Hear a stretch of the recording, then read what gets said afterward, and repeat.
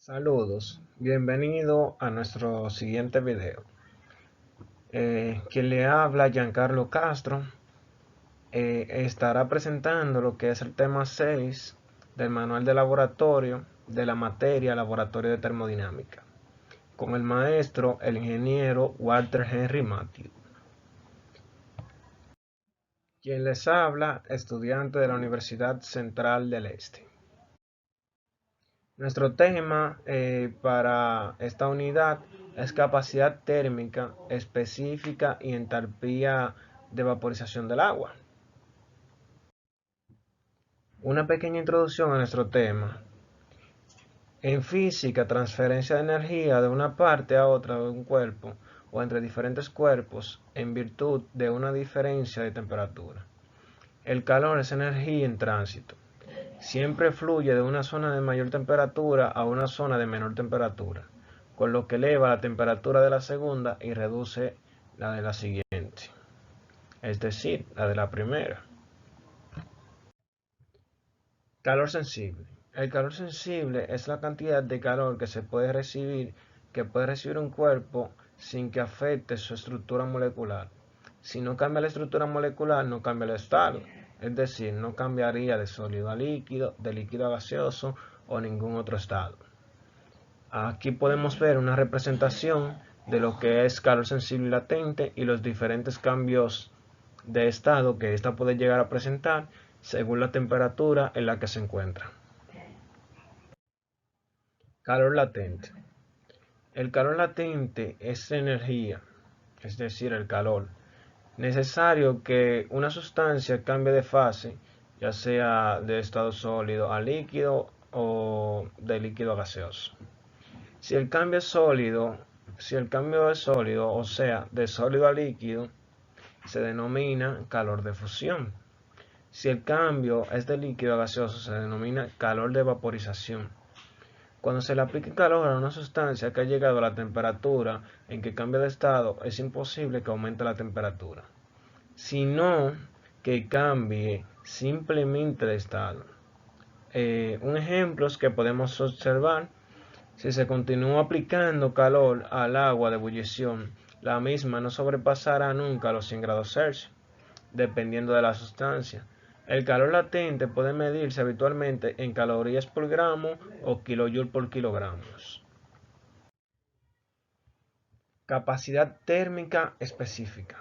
La capacidad térmica específica de una sustancia se define como la cantidad de calor necesaria para elevar el grado de temperatura de una masa unitaria de dicha sustancia. Como esa propiedad está definida para una masa fija de sustancia, quiere decir que es una propiedad intensiva. Aquí tenemos un ejemplo de la misma. Calor latente de cambio de fase. El cambio de fase. En una naturaleza existen tres estados usuales de la materia: sólido, líquido y gaseoso. Al aplicarle calor a una sustancia, esta puede cambiar de un estado a otro. Cuando una sustancia cambia de estado, absorbe o cede calor sin que se produzca un cambio de su temperatura. A estos procesos se le conocen como cambio de estado. Aquí podemos ver un ejemplo de lo que estábamos explicando. Aquí podemos ver cuando tenemos hielo solamente, a su temperatura aumentar, va cambiando. Ya no es hielo solamente, sino que tenemos hielo más agua. Si seguimos aumentando su temperatura, el poco hielo que nos quedará se irá disminuyendo, es decir, que solamente tendríamos agua. Si seguimos aumentando la temperatura, podemos ver que el agua ya se irá evaporizando, es decir, que tendríamos agua más vapor, hasta llegar a un punto en el que solamente tendríamos vapor. Los posibles cambios de estado son: de estado sólido a líquido, como lo conocemos, llamado fusión; de estado líquido a sólido, llamado solidificación; de estado líquido a gaseoso, llamado vaporización; de estado gaseoso a líquido, llamado condensación; de estado sólido a gaseoso, llamado sublimación progresiva; y de estado gaseoso a sólido, llamado sublimación regresiva. Aquí tenemos una representación gráfica de lo mismo. Calor latente de fusión. Para que un sólido pase al estado líquido, debe absorber la energía necesaria a fin de destruir las uniones entre sus moléculas. Por lo tanto, mientras dura la función, no aumenta la temperatura.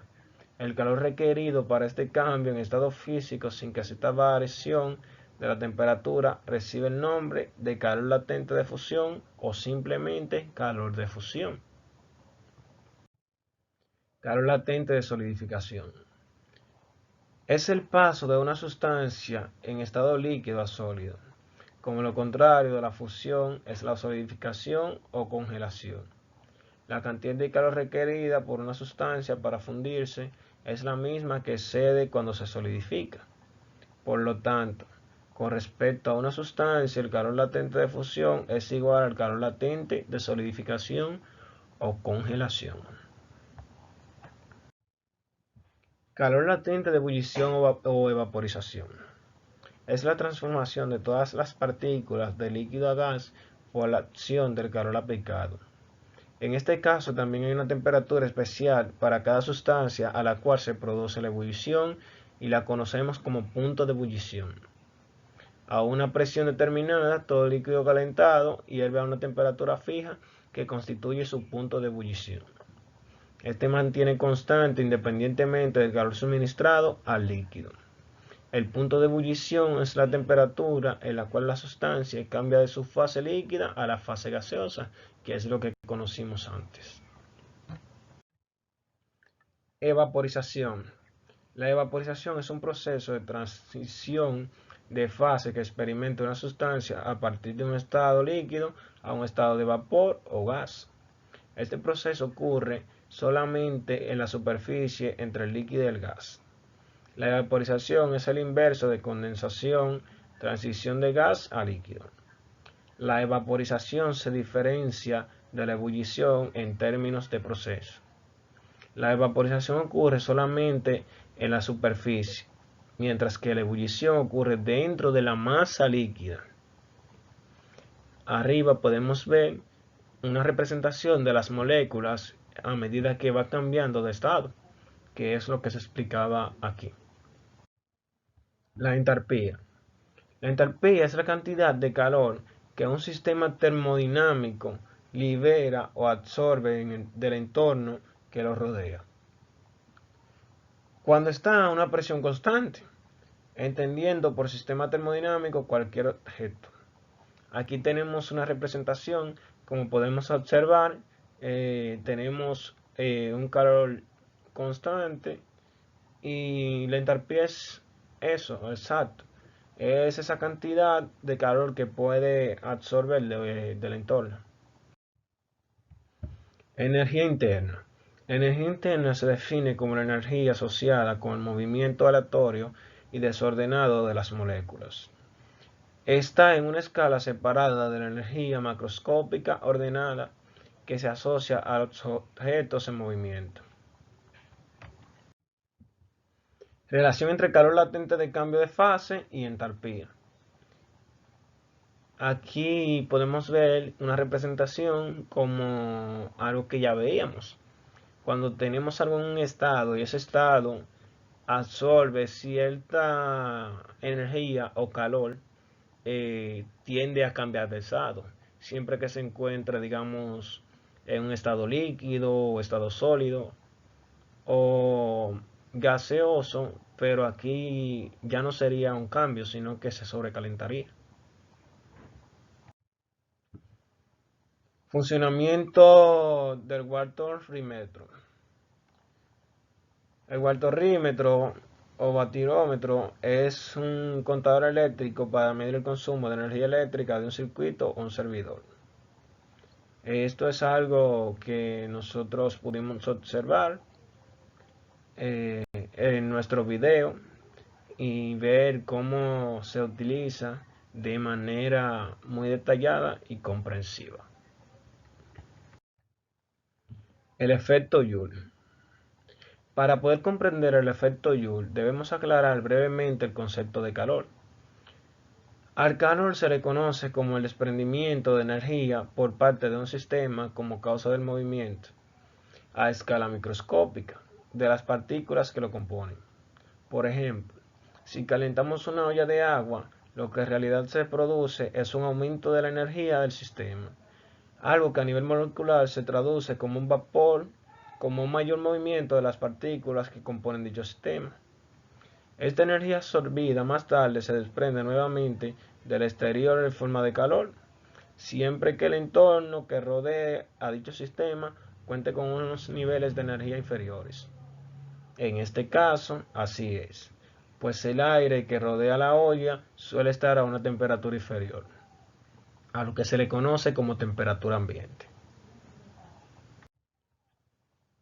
Por ejemplo, si calentamos una olla de agua, lo que en realidad se produce es un aumento de la energía del sistema, algo que a nivel molecular se traduce como absorbida. Más tarde, esta se desprende nuevamente al exterior en forma de calor, siempre que el entorno rodea el sistema cuente con unos niveles de energía inferiores. Es lo que explicaba. Siempre que el aire, en este caso, por así decir, que sería quien en este caso rodea la olla, se encuentra a un nivel más bajo que el calor que está absorbiendo dicha olla. Y hasta aquí, muchas gracias y gracias por todo.